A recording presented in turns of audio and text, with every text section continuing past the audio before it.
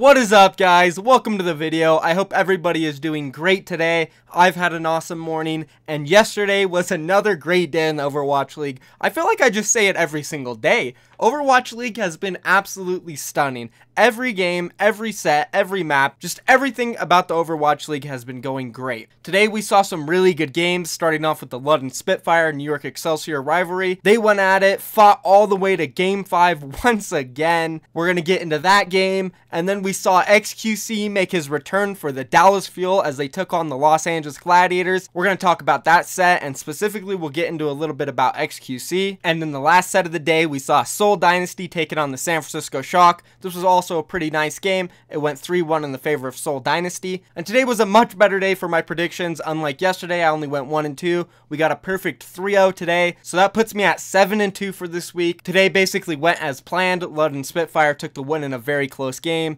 Dallas Fuel knocked down the Los Angeles Gladiators 2 times in a row. Same with Seoul Dynasty and San Francisco Shock. We're going to get into all of those games today, cover all the action, everything you missed or want to rewatch. And if you guys are new here, please do drop a subscription to the channel. I post videos every single day. I do it because I love the Overwatch League so much. I love talking about it. I love watching it. I love the drama. I love it all. So if you're new here, drop a like on this video, subscribe to my channel, and you can catch my videos every single day. Now let's go ahead and move into it. Starting off with the first set, we had the London Spitfire and the New York Excelsior. Now these two teams have definitely started a rivalry. The London Spitfire and New York Excelsior have played each other more than any other team in the league has played each other. Tied with London Spitfire facing off against the Houston Outlaws, they have also played 3 times. These two teams, every single time they play, they go back and forth, head to head. Neither of them will back down, and no matter what, we are guaranteed to have an amazing set that goes all the way down to Game 5. Today's set was a little bit more interesting because going into this, we knew New York Excelsior were not going to have Arc.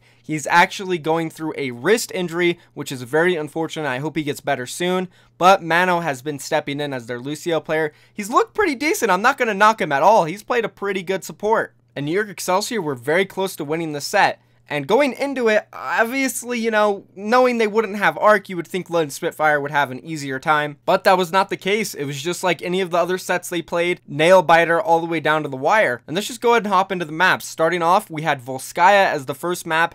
And London Spitfire actually did have an easy time on this map. This was one of the only maps that wasn't really close at all. London Spitfire capped with a lot of time. Then they first held the New York Excelsior. And I'm really excited. We're actually seeing a lot of Sombra in the Overwatch League now. Not just on 2CP anymore. Sure, we did see a little bit of Sombra here and there on Horizon Lunar Colony. But other than that, we didn't see it too much. Now we're seeing it on some of the payload maps, some of the hybrid maps. And we're basically guaranteed getting Sombra on 2CP. As well as even on Koth. We saw the London Spitfire run it on Ilios in the very last map of the set. We'll talk about that later. But this Volskaya map wasn't very close, like I said. London Spitfire rolled them over. Hogglepen looked pretty good. And this was the start of an amazing Widow battle between Pine and Birdring throughout the day. Moving on to the second map, we had Lijiang Tower, which was extremely close. Especially that first round they played. It went 99-99. The London Spitfire were in full control. It was looking like they were going to take it 100-0. But thankfully, Sabiolbi out of nowhere made amazing heroic plays, and he brought it back for the New York Excelsior. They ran all the way from 0 to 100%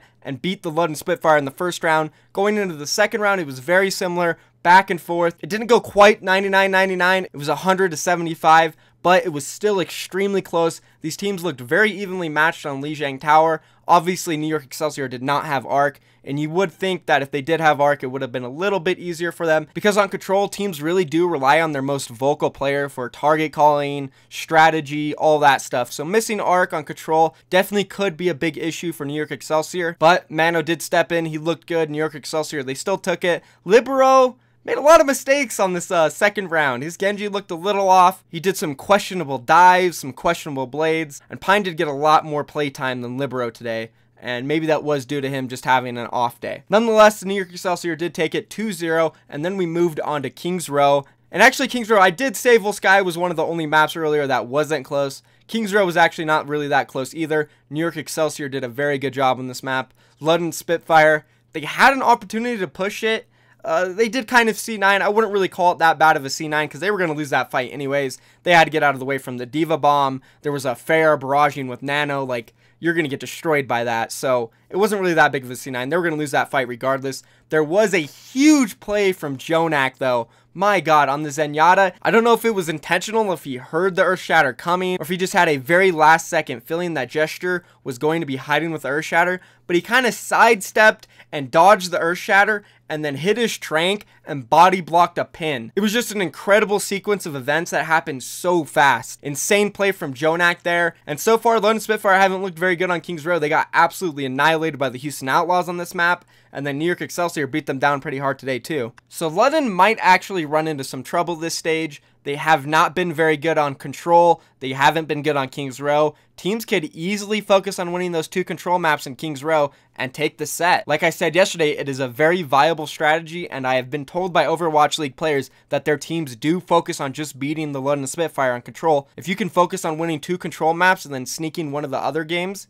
you can come out on top very easily. Luckily for them, though, the tiebreaker map is no longer Lijiang Tower, which is just their worst map. I think they've only won once on it, and it was against like Shanghai Dragons, so they're not good at that map at all. Luckily, it is Ilios now, and they have had decent success on Ilios. That is the only control map that they've put up good results on. I mean, if you want to say good, because still, compared to some of their good maps like 2CP, Payload, and Hybrid, the win percentage is not very good on it. So overall, they could really find themselves in trouble like they did with the Houston Outlaws. You drop one of those maps, you're guaranteed to lose on control because you just haven't been good on it at all. So definitely seemed like the Houston Outlaws did exploit that. They seemed very prepared on Ilios, Lijiang, and they were able to sneak that third map in, and that got them the W for the set. So London might find themselves in trouble. Let's go ahead and move on to the last 2 maps. We had Gibraltar, which was an awesome map to watch. This map is so good. I love it personally. It's my favorite map in Overwatch, and seeing the Widow duels on it is awesome. It is so open. Widows can play anywhere. There's mind games. Pine and Birdring really went at it, and it was back and forth. At times it seemed like Birdring really had Pine's number,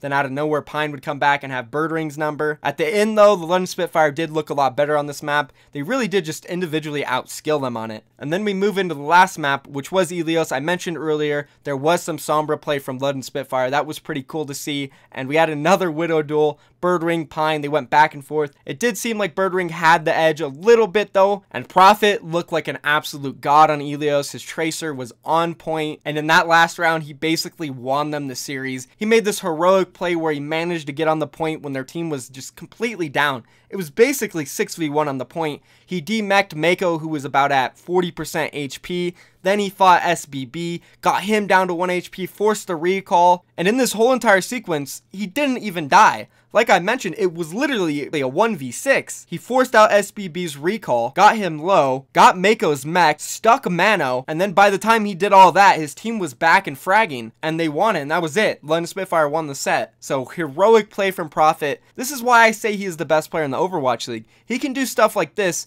not only on Tracer, but on multiple heroes. He does it on Junkrat, he does it on Genji. Game-winning plays all the time. People keep saying he's some, like, last-hit bot. Final blow, snagger, kill stealer. You guys can look at it how you want. The proof is in the pudding. It literally is. The proof's in the pudding. If you watch him play, he is absolutely incredible. If he's not the best player in the world, he's definitely top 2 or 3. And that was this set. London Spitfire took it. They looked pretty good. New York Excelsior was missing Arc, unfortunately. This set could have gone in their favor if they had him. But like I said yesterday, we can't go off what ifs. And let's move on to that second set. The Dallas Fuel taking on the Los Angeles Gladiators. Guess who's back, boys? Did somebody say peanut butter?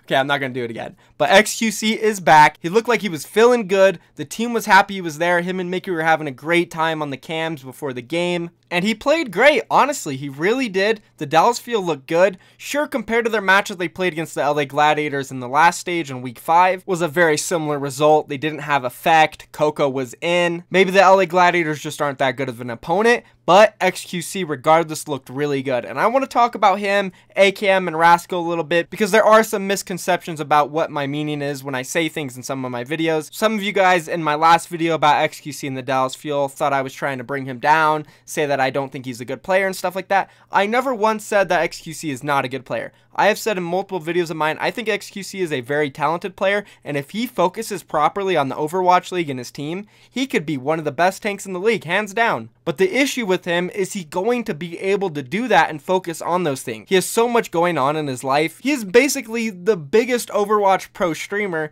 and if not, maybe one of the biggest Overwatch streamers in general. His following is massive, and a lot of his followers really do idolize him. And I'm not saying all of his followers, but he does have that really hard, dedicated following, those small amount of people that idolize him and they think he is great. And if anybody says anything bad about xQc, they just want to go to bat for him right away, which is fine. You know, xQc, he's a funny guy, he's an entertaining stream, he's a great player. If you want to idolize him, go ahead, do you. But you have to also understand that he was in a situation where he got banned from stage 1. Over a month he was not allowed to compete. And prior to that, he made so many mistakes. He has this history in Overwatch where he cannot control his mouth. There was a reason I called him a kid. The actions xQc displayed were one of someone who is immature and acts like a kid. He says things, he doesn't think about what he is saying. It's very kiddish, and when I say that, I don't mean it in a way as if like I am above him or people who are adults are above him. Not at all. Because of course, I am also guilty of saying things without thinking and starting up drama in the community before too. I once was a player.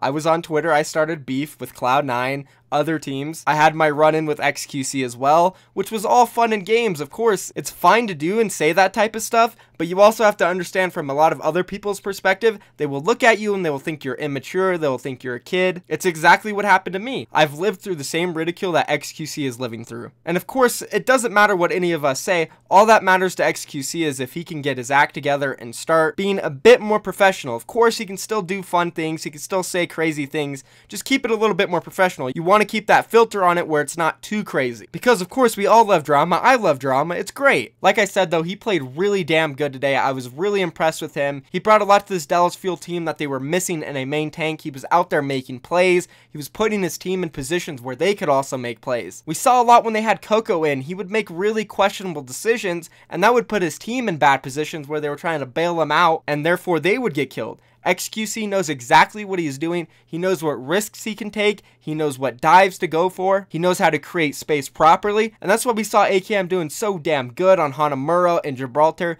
These maps are very open, very big. And if you have a Winston player on your team that knows how to properly make space for you, you are going to do so much on Soldier 76. It's basically free reign for him, and we saw him pick up so many kill streaks. Of course, it's a great playstyle that the Dallas Fuel have developed, and it's based around xQc making that space for AKM. And I also want to talk a little bit about the AKM and Rascal situation. Some of you guys seem to think that I said AKM is not a good soldier, he's bad or something like that. Obviously not all of you guys, not even a lot of you guys. Some of you guys were saying that. I just want to address this like I addressed the situation earlier. I never once said that, guys. AKM is an amazing Soldier 76. I just said that I believe Rascal's is just as good as his. That's not a knock on AKM at all. That just means Rascal and AKM are both very good at Soldier 76. Of course, AKM has more raw experience playing 76 because he has spent pretty much most of his career on that hero, while Rascal is flexed onto other heroes, so he might have a better understanding of it. But when you watch them play, Rascal plays very well on it as well. And the reason why I said Rascal was a better player than him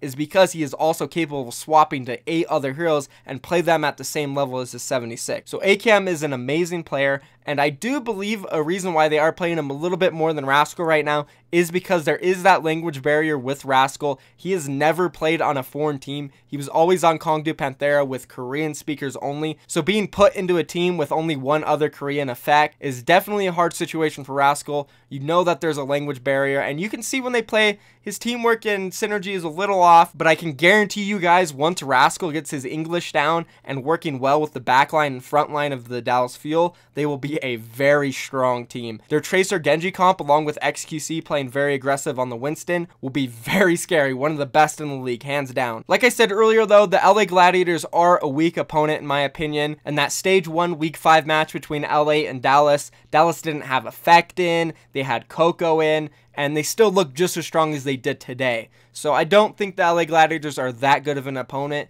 and they are slacking. Hopefully they do get better. The addition of Fisher is nice. He has been playing well. He's done some really cool things. One thing in particular that I did want to mention that Fisher did do was on Hanamura when he jumped in that corner where he was kind of like floating.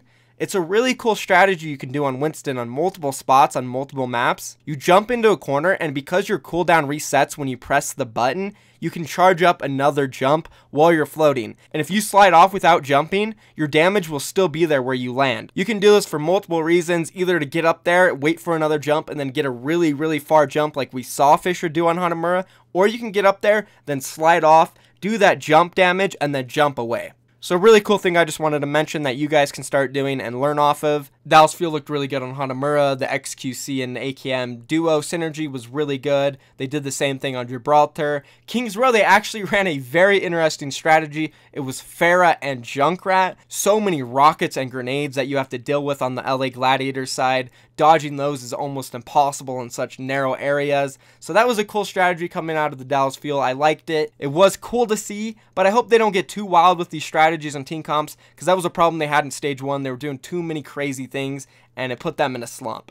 So overall, Dallas Fuel 3-1 win over their LA Gladiators. They look good. Hopefully xQc keeps his act together, because I do want to see him in the Overwatch League. I want to see the Dallas Fuel do better. I want to see them in playoff contention. I did predict that they would get it together, and by the end of the regular season, they would be in the playoffs. So hopefully that comes true as well. And let's go ahead and move on to the last set of the day, which was San Francisco taking on the Seoul Dynasty. And damn, this video is getting pretty long. We're already near 16 minutes. Man, there was so much to talk about. I enjoy doing this, guys. So again, slap a like on it, and let's move into this last game. I'll try to get this one in real quick. San Francisco Shock, Seoul Dynasty. The first map actually went the way of the San Francisco Shock. They looked really good on Hanamura. Finally got to see Baby Bay play some more Soldier. Me personally, that was awesome to see, because when he was on my team, we played a lot of that Tracer Soldier comp, so I know his Soldier's very good. And just like AKM, he had a lot of space, and he was able to do a lot of damage. Dante looked great on the Tracer. Overall, it was a really good map for them. Moving on to the second map, we had Lijiang Tower, and this one was very close. First round, San Francisco Shock almost had it. They almost had it, but Seoul Dynasty, they capped it, and they ran it all the way up. They took the win, 199. And these two maps were really good. The third and fourth map was Hollywood and Gibraltar. These two maps were sort of close, not really as close as like Lijiang Tower was. San Francisco did put some decent attacks up. They weren't able to cap third on either point. They almost got it there, and then on Seoul Dynasty's attacks, they were able to push it through and cap both times with maybe a minute 50 left. Dante, though, I want to talk a little bit about him, because he impressed me a lot in this set. I think it was one of the best sets I've seen him play so far, and to be against the Seoul Dynasty, I'm happy about that. They also ran him on Genji during Gibraltar, and they had Baby Bay on Tracer, which kind of really confuses me, because yesterday we saw Baby Bay playing Genji, and Dante was playing Zarya on Kings Row, and we all know Dante is a very good Genji, and Baby Bay is a very good Zarya. So I'm a little confused if they're going to put Baby Bay on Tracer, which he never has really played at all, and not put him on Zarya for Dante to play Genji. Kind of questionable in my opinion. I think they need to figure that out and run Dante on Genji more overall, because he did look good on it. Dante did kind of C9 on Sombra though on that very last attack on Gibraltar. Unfortunate, it happens. Like Hex said, sometimes you just think you're on the payload, but the game says otherwise, so it was unlucky. And at the end, San Francisco Shock, they looked good against Seoul Dynasty once again. This set went 5 games in their first meeting in Stage 1, Week 5. This time it went 4, but was just as close. And I've been saying this for a while, San Francisco are just on the cusp of being pretty damn good and in playoff contention. If they can just improve a little bit more in a couple areas, they'll be a really good team. But Stage 1 has passed, and we're well on our way into Stage 2, and they still look pretty stagnant, so I don't know if they are going to be improving. Maybe they're waiting for Super and Sinatra to come in. I have no idea. We'll have to see what they can do. Seoul Dynasty, they struggled against the San Francisco Shock once again. They looked good in their first set of this stage, and I guess, I mean, they still look good today. They got the W 3-1, so we'll have to see how they do next week. And that was basically it for all the games today, guys. If you enjoyed this video, slap a like on it, subscribe to the channel. Like I said, Overwatch League content like this every single day, guys. So if you need your fix, come on in. You can get it here. Follow all my social medias. Follow Team Kingarna on Twitter for all updates. We had a Contenders Trial match yesterday. We have another one today. You can see if we win or lose those on there. And I'm out of here, guys. Thank you for watching. Peace.